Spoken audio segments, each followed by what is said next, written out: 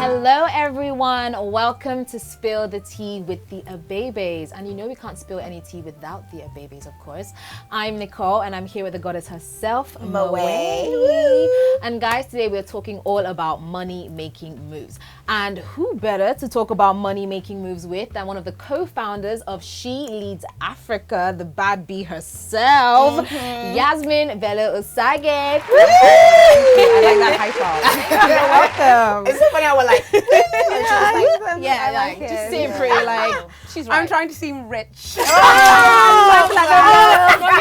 have to try. you don't have to try though. We know that you're rich. We know that you're rich. But it's interesting. But before we even delve into the question, all the questions and all the talk, let me some tea. Yes, please. Yes, I know that you personally obviously love some mango tea. I do love so some we've mango got this tea. Thank mango you bubble so tea. much. Shout out to Tea Storia. Yes, I'm so this I excited. believe is for you, Nicole. that's You like the African cherry one, and this is my peach. African cherry. Agbalumo. Is that Agbalumo.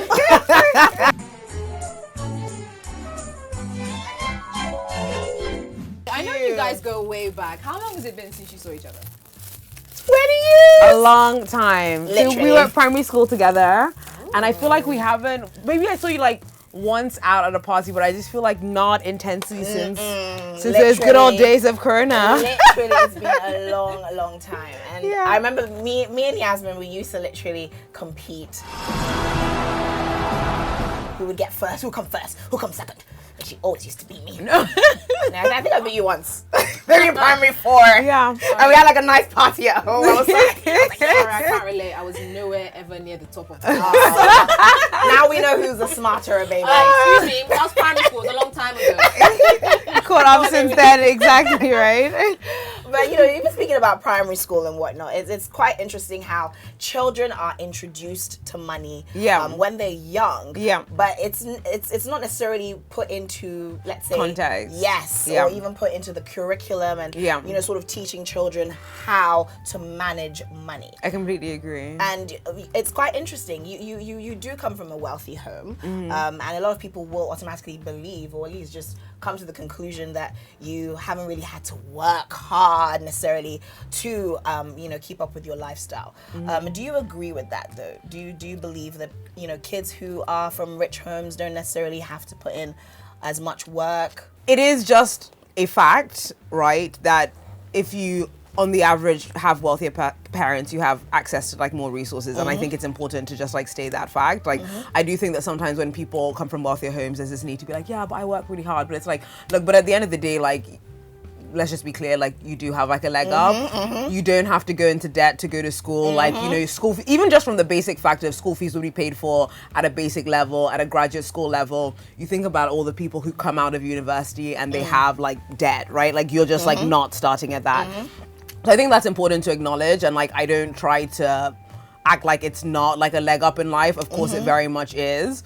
But I think that it's also important, I think, as every person to try to like chart your own life. It's just a bit lame in your 30s to be asking for pocket money from your parents, right? Like, so I mean, like also at the end of the day, just for your own pride. And you know, also like, sometimes, you know, your parents will really, they can disrespect you real quick sometimes, you know, they'll be like, oh, so you think. So also I just feel like in life, you know, and I think it's whether you have rich parents, even if you're a woman, you're married to a rich man, it's just very important to have your own, because people talk to you differently, you know, when it's like, look, I too have my own. So, I mean, I think that for me, one of the things that's always been really important is to make sure that I'm financially independent of my parents. But I also don't try to make it seem like having my parents who they are is not like a huge leg up. I just think that's a bit of a silly thing to like, you know, try to do. Like saying having the parents you have definitely has opened doors for you, but you talk about having your own stuff. So tell us a little bit how you started She Leads Africa and what it's all about. Sure. So it was super random. Like with every great story, it does start with a boy. I know. It's terrible. Let's drink it. No, it doesn't start with the boy. But anyway, yes, being spilled. So I used to work at a consulting company called McKinsey, and you know, whilst I was doing that, broke up with my boyfriend. We've been dating for a really long time, so I was like really depressed, like so dramatic, right? 23, 24. And so one thing that I said to myself was, okay, every single weekend I have to leave the house. Like I just have to do something, whatever. And there was one weekend where my mum was going to speak at a women's in leadership conference, and so I was like, okay, I'll just, you know, chat with you, maybe I'll learn something, who knows. And I ran into a colleague of mine from McKinsey, and she was volunteering at the festival, at the conference. And she'd said, and so I kind of reached out to her. I was like, hey, look, I think it's so cool that you're volunteering here. I'm trying to find something to just like keep myself really busy. Like I'm just like feeling really down, and I kind of just like want stuff to like keep my life kind of busy. And she then said to me, well, one of the ideas that she's always had was an idea to do a pitch competition for African women, but really focusing on African women who are trying to build like big scalable businesses. Because what we'd found is that like from the abroad, the view of African women, it's a very strong focus on like women at the base of the pyramid, and the stories like micro entrepreneurship and like how do you give someone like $100 loan, like a small loan. But no one was really thinking about like women who it's like, and I don't want to say that it's not important to focus on that, it is, but I think that like African women are very, very varied. And there are women like yourself where it's like $100 loan is like not going to be like really meaningful for the types of businesses and careers that you guys are trying to build. And so we wanted to build a company that focused on that group of people. And, you know, it started off as a pitch competition. I would say at first we just thought we'll do a pitch competition every year. We'll have our main jobs. Like, you know, we had good paying jobs at McKinsey. It's like, let me just stay here, work my way up, earn my dollars, live my sweet life. But we just found that after we did the first pitch competition, there was just a really good response. And people kept being like, okay, well, do you do this? Do you do this? And so then we started thinking, okay, well, how do we build this into like a sustainable company and a sustainable organization? And so at the point we're at now, we basically describe ourselves, you know, as I think a media and education company that provides African women with the information, the inspiration, and the resources they need to live their best career and professional lives. Oh, love it. I like that.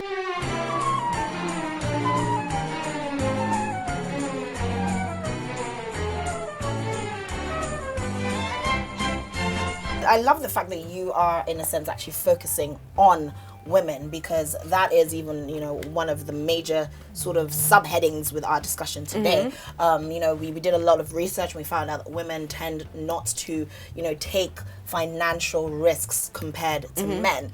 And when women are willing to sort of, you know, spend money, they are willing to spend it on their kids.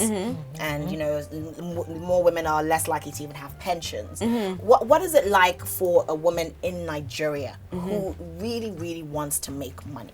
Sure. What are the major challenges? So I think like there are layers, right? Because there's just first the Nigeria tax. It's hard to make money in Nigeria, full stop, right? Like the economy, it's tough. It's really, really tough. I think like oftentimes people make it seem like, oh, it's easy because there's some people who even steal money. But I'm like, look, even for people to get to that position to steal money, they also have to suffer like every which way. This is suffer, every direction that you look in it, honestly and truly.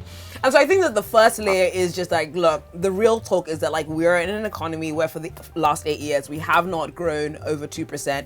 We basically had, what, 2 recessions like during this past administration. That just makes it hard, right? Like full stop. Then you like layer in like the woman tax, which like I think pops up in a whole bunch of different ways. I think it pops up in if you're building a business, like, do people take you seriously enough? Do they, when they think about negotiating prices with you, do they negotiate harder because you are a woman? Like, really interestingly, and my mom's a lawyer, and she would tell me that like sometimes she would be, you know, discussing her fees. She has built one of the biggest law firms in Nigeria, and would be negotiating her fees, and people would be like, well, you know, do you really need the money? Do you know what I mean? You should just ask your husband. But if it was a man, yes, you would never do that. And she's just sitting there, but like the exact same dollars I used to pay for my degrees, like a guy would have paid that. So you also have things where like people kind of feel like you should accept less, and that like you can't really negotiate like for like the amount of money that you believe that like you're worth. So it's stuff like that. It shows up when you try to get loans from banks. It shows up when you try to like raise money from people, because even if you're trying to raise money, sometimes there is the assumption that women are not as ambitious and you cannot grow a business that is as big. And so obviously if you have $1 million, you're like, well, let me give it to this guy. I really feel like he's going to hustle and try to build a $1 billion company. But then it just means that for women, oftentimes like raising money is harder. Then you then cut in just the time issue, right? Like, obviously, you know, some women, you know, like are single, so you manage your time a little bit more. But once you're married, once you have kids, women tend to disproportionately spend time on those the kids. activities. Yep. And at the end of the day, 24 hours is 24 hours. If someone has more hours to be chasing money, thinking about money, finding money, thinking about how they're going to make more money, it's just like that much a little bit easier to just like move it forward. It's funny how I feel that it's only now in my young/old 25 years of age that is only now I've started thinking about pensions and my future. And I found that even like growing up, I wasn't really ever told to save for my future. And it's only now that these things are starting to become more real to me, realizing that, okay, wait, my mom is not going to be here forever. I have to start looking out for myself. And people think that young Nigerians, or just young people in general, spend more time spending money on the wrong things. Like iPhones, hair, the latest designers, instead of like investing in your future, buying land, the new digital money, or this crypto and forex. So I just want to ask, like, why do you think we spend so much money on the quote unquote wrong things? Are we giving into social pressures? Are we trying to keep up? Like, what is it? So I would say, I don't think that there is anything wrong with spending on self-care. If that iPhone's really gonna make you feel good about yourself, you know, get your nails done, you want to do this, and obviously we're speaking about people here who has disposable income, because there are people like, look, at the end of the day, they're spending their money on their food, and that's all they have, right? So I mean, like, I just want to be clear that we're speaking about like a certain group of people, and so I want to like, you know, caveat that. I think it's okay to spend money on those things, but I think it's more around making sure that you're appropriately budgeting. And I think that sometimes money makes people very nervous. And I honestly think that sometimes the sitting down and writing your budget and being like, okay, so I can spend this on this, I have to save this, I actually think sometimes that gives people a fair amount of anxiety, so they just don't do it. Because it's like, I just don't really want to think about it, so I'm just gonna like almost spend it to make myself feel better without like sitting down and being like, okay, look, this is what I have, this is how I need to like break it down and so on. Because I think like people need to remember that like money is a very, very emotional topic. A lot of people don't like admit it, but it's very, very emotional. It's very nerve-wracking. It comes with anxiety. It comes with how you feel about yourself. It comes with how you feel like your position in life and society is, like your self-confidence, your feeling of like self-worth. And so I think that oftentimes people are a little bit like nervous to sit down and do that breakdown. Because it's okay if you spend money doing your hair, etc., as long as you're putting some of it away. I actually saw something on Instagram recently that said that if I want to spend some money on something that I don't really need, I would buy that thing and then spend that same amount of money, like put that in savings. And if I can't spend that money twice, then I can't afford it. I just like don't do it. Exactly, yeah. You mentioned how like, okay, as a single girl, as opposed to someone who has like kids and like a married life, they might balance their time differently and manage their money differently. But you're a recently married girl. What are some of the ways that you have found you've managed your money in a good way? Like, how do you manage your time, shall I say? Sure. First of all, like with my husband, I'm very like, look, I didn't get a degree in domestic work. So just be very clear, well, half-halving this responsibility is. So just in terms of time, I think very early and upfront, and I think it even informed the type of person I marry. I think that there are a lot of Nigerian guys who I couldn't marry because at the end of the day, I'm not going to carry the burden of everything on my back and on my chest. All that suffer, you know, the women like to do. I just don't believe in it. I'm not a struggle. I'm not strong. I want to be a weak woman. Very weak. My body, cashmere, feel my skin. Very I love it. So I'm very clear. Carry yourself, girl. So my thing is very clear. Don't bring stress to my life. I don't like that thing. So very clearly, like, we do tend to like divide like the household responsibilities. So like everyone's doing their own things. There's some things that I'm slightly better at, whether it's like, okay, we have like, you know, someone who helps us like cook and clean. Like, I'm fine to oversee some of those things, but like we have a garden. Lamide, you sort that out. That's not going to be on me. So we've tried to kind of like balance that out. So time-wise, there isn't like a huge amount of, it's not just like, hey, everything that's domestic gets like thrown off in like Yasmin's things. And when I feel like it's going off balance, I will have a conversation and being like, here are all the things that I've been doing. I feel like you've been slacking. So you two need to pick up. Because at the end of the day, we both work. We both contribute to like the household pot. So I don't really see why I should now on my back, everything should be on me. So up front, like I was very clear on that with who I was marrying. Now, even moving further to how even necessarily people run their businesses, a lot of people are, in a sense, when seeing the need to be CEOs, seeing the need to be entrepreneurs. Yeah. And I personally have this belief that it's not for everyone. Sometimes you need to get a job. Exactly. Sometimes you need to get a job. Yeah, but then unfortunately, the way our economy is, there is this general pressure and there's this general shock if you tell someone that you don't have a sort of side hustle. Yeah. What's your take on that? So I think that, like, look, the goal is to be financially independent. The goal also, of course, you want job satisfaction, but I think you have to weigh the two. And I think that, like, you have to know that every season in life has a flavor. So look, there are some times where, look, your business isn't really making sense. You need to leave it and you need to get a job. That happens! You know what I mean? And maybe on the side you'll be continuing, but you just need to get a job. I actually find women to be a bit more pragmatic about this. I actually find sometimes... it's actually more women that want to be CEOs. Yeah, exactly. On everybody's Instagram page, CEO, I want to do this. Meanwhile, you're selling waist trainer. Yeah. What are you CEO? Shade. No, but I like... So what I always encourage people to do is, like, look, I do always think, I mean, I don't want to be like old school about it. I think you should work first. I do think that there is like something good about like working, like getting a little bit of work experience. I do find it to be really helpful.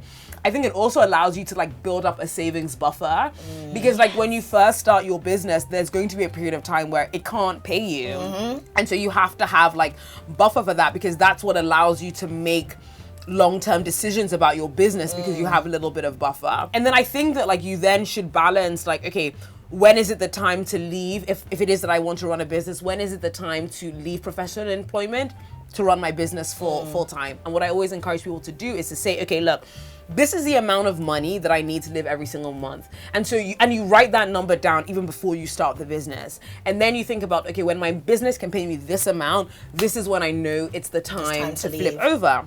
And then I also encourage people to also have in the back of your mind, what is the point at which I say, look, this business right now, it's not covering me. So I need to think about something different. Whether that means I'm freelancing, I take, a part-time job. It doesn't mean you have to do, I'm working in a bank from 9 to 5. But also having that number in your mind is to like, look, if for this period of the time, the business isn't able to pay me, then I need to get a job. And like, that's okay. It's not a sign of failure. It's not a sign of weakness. It doesn't mean that you don't have this. It's like, you have to like, I think, be adaptable in life and like move when life moves. Who are some of your inspirations when it comes to like building generational wealth and everything? I think, it's so boring. My parents. I mean, obviously, it's a pretty good example. Actually a good example. I think my parents really are, and I have to say, like, I feel phenomenally like lucky because I think like for a lot of people would be like, oh, you have wealthy parents, so that's like the thing. But my parents are actually genuinely really nice people. Like they're really, really like really supportive, like great people. They are, it's not, to me, it's also around like the way they treat their family members. They treat like the people around them. Both my parents are big family people. They like spending a lot of time with their family, especially in a place like Nigeria where I think so many guys are just like really checked out.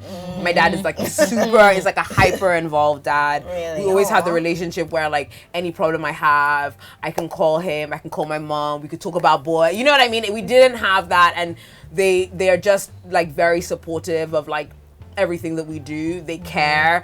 They don't try to control what it is that we're trying to do. They do try to like be our biggest like cheerleaders and like supporters. And so it's like, I kind of look up to them for the fact that they've been able to be successful in the business world whilst also like being able to running their family and also just like being like, I think thoughtful, kind, and just like nice people. Like I think sometimes in Nigeria we don't talk that around. Like it's always like, oh my god, who has the most money? But it's like there's something to be said about people who are just nice. Like Nice. Like just have money as well. You know what I mean? Down to earth. Like you go and say hi to them. It's not going to be like this. I know you talk to me. Just like nice, like chilled people. And so I think like they've always been like big inspirations.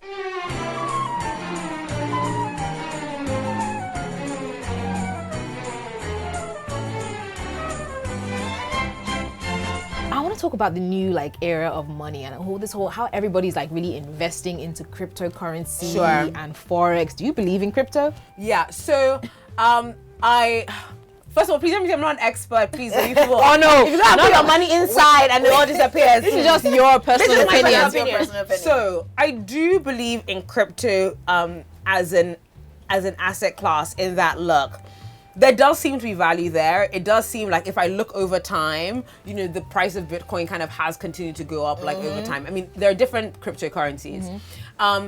I am not going to speculate on some of the more random currencies because I don't really understand them. There's all this Ripple, this one, that, and the third. But there are some that I think have become a little bit more publicly accessible and accepted now that I'm more comfortable putting money in. But the money I put in crypto is really money that like I can afford. Like if it goes, I'm not going to like die. Yeah. Okay. So mine's a mix of crypto.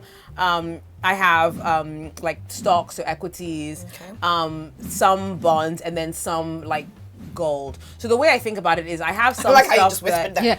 Gold, yeah.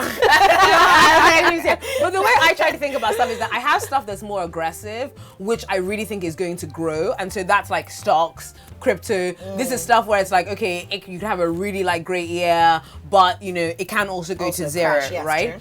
But then I also do try to put some of my money in stuff that I would call as more defensive. And so what I did was I went and did research in like, okay, in recessions, what does well? And in recessions, typically stuff like gold tends to do like really well. And so I put, like some stuff in like, okay, in bull years, like stocks will go up, crypto will go up. But then I also wanted some money where like, okay, if there's a downturn, it's going to give me a little bit of buffer. And so that's kind of how I like split my money. Yeah. Something you mentioned, you did a lot of research, and Yes, anybody I was about to who's just going to say that. invest in stocks or whatever, make sure you do your research first because it's very key. And like making your own money now, I'm gonna get a little bit personal now. Yeah, go ahead. When you made your first like million, whatever currency, pick a currency. Naira. Not that one. It's very much Are you sure it's not dollars? Not that one. Naira. 'Cause I just heard you have an account in America. I wonder how much is in there. How many millions? So when you made your first official like million yourself, like Yeah. what are some of the things you splurged on? Okay, so it was when I had a job. So was that like your salary, $1 million? Yeah, no, not over time. When I joined McKinsey, so McKinsey's it's like a US, like it's an international company, and actually when I joined, this was like in 2014, they actually used to pay us a certain amount in dollars. Like we could ask to have a certain percentage in dollars. I think now they've changed it, so it's like please people should chop them out. But it was definitely like from there that I made like my first million. And what did I splurge on? Gosh, I don't know. Like, I don't.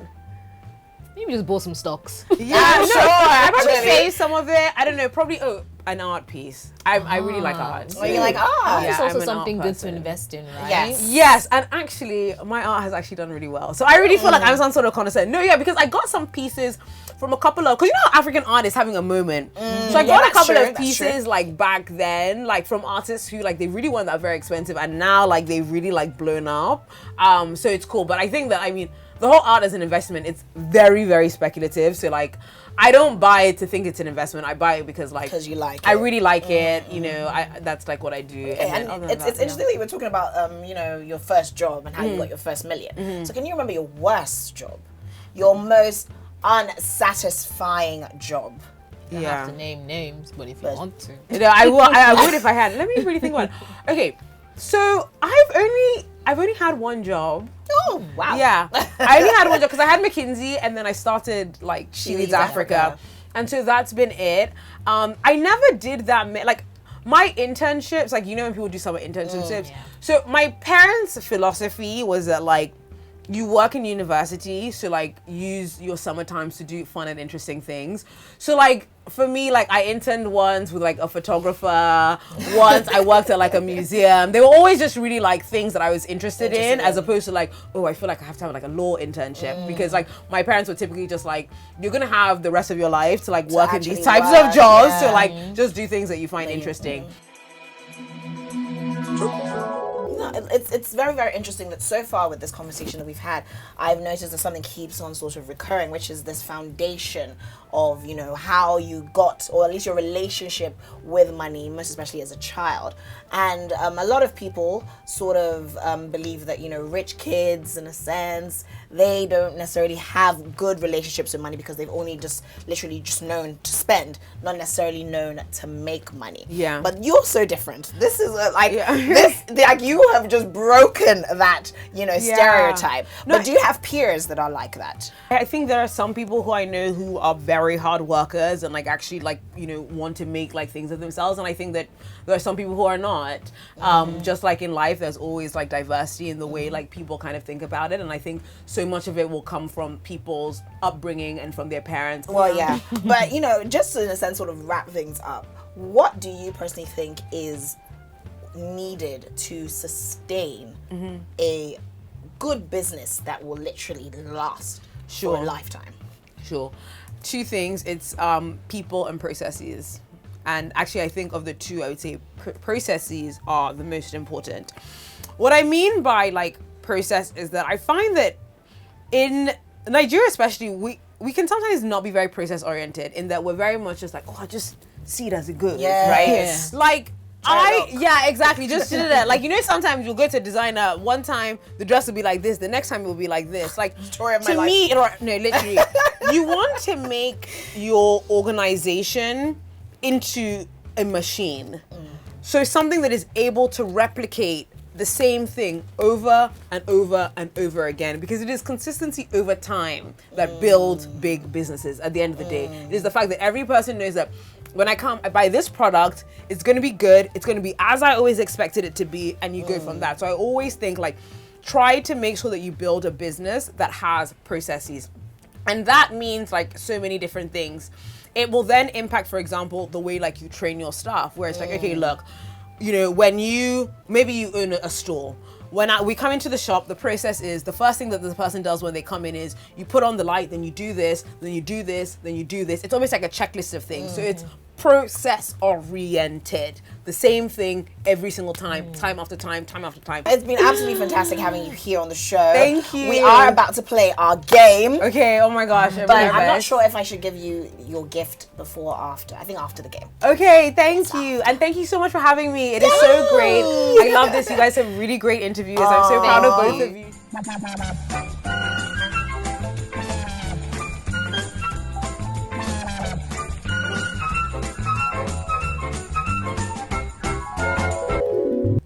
I'm ready. Let's talk now. Yes. Give us some questions.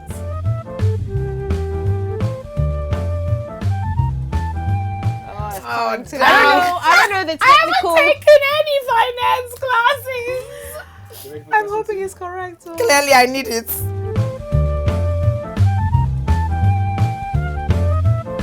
Five. Up to 5? I'm so confused. I only know 3. And I'm probably wrong. I did 2 and I guessed 1. And that's all I have. Yeah. What's next? Am I supposed to know this? Ooh. Wait, say that question again, please.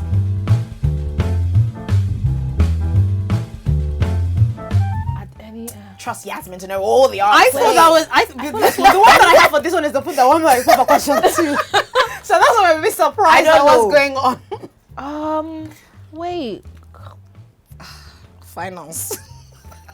As in come. But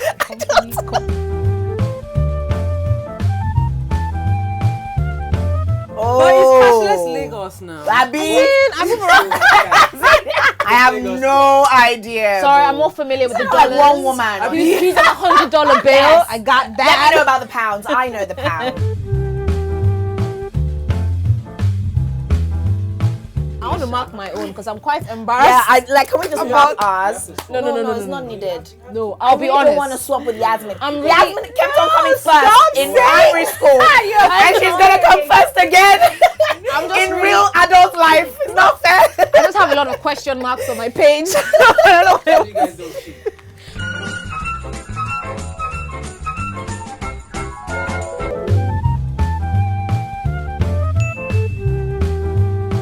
Woo! She's getting 4 full marks already. Double tick. My Double bosom tick. mortgage. One I remembered. I can't. I don't remember what I put. I don't want to remember. I remember. I'm still gonna give it 10. I put mortgage. We got it all wrong, Oh, bro. wow. Oh, we got it wrong. Wrong. Big old wrong, cross. All of us. Wrong.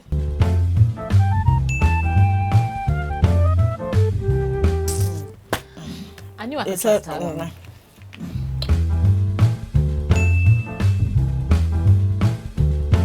Who is that? Like, who is that? Who's that?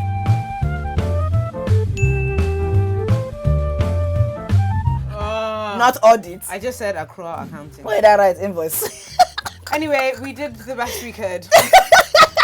I would Well, like I did to the best officially we could. say I'm on Yasmin's team the because best we could. she won. I feel like for 2 to win. So clearly she's the How better hard baby. It was 2 out of 5. I got even 0 cried. Oh my I God. got 0. A big 0. With a dot inside. Do these questions Yo, Moët, Fina. Moët, see me after you- class. We need to talk. All those teachers like, see me after class. hard. But that was so much fun. Yes, thank you. At least I learned something. Clemens, Yes, Mr. you Clemens. did. I You now did. know him. Oh, gift time. Yeah. Before you leave, we learned so much from you, and I'm sure that our viewers and also our listeners heard or learned a lot Thank from you you. So we so decided to gift much. you with Beauty by Ladino Naturals. Oh, because I know lovely. you've got natural hair. I do, and I'm trying so hard with it right now. I'm trying hard, so I need this. Well, this is really, really dope. Thank you I'm so sure. much. Thank you guys, and thank you so much for having me on. I'm so excited. I can't wait to see future episodes and everything. We can't wait. So we it's can't wait. exciting. and you Thank you guys so are much. great, so. Thank you, Yasmin. Thank you, you. Shirley's Africa. Thank you, guys. Thank you, Tistoria. Whoa, this was beautiful. It was I'm lovely. I've definitely already finished. going to be getting it. more of this. And thank you to you, everyone, for tuning in to yet another beautiful episode of Spill the Tea with the Abebes. We shall be back, and once again, it was a pleasure having Thank you. you. It was, Congratulations, and like guys. we always say, it's always tea time.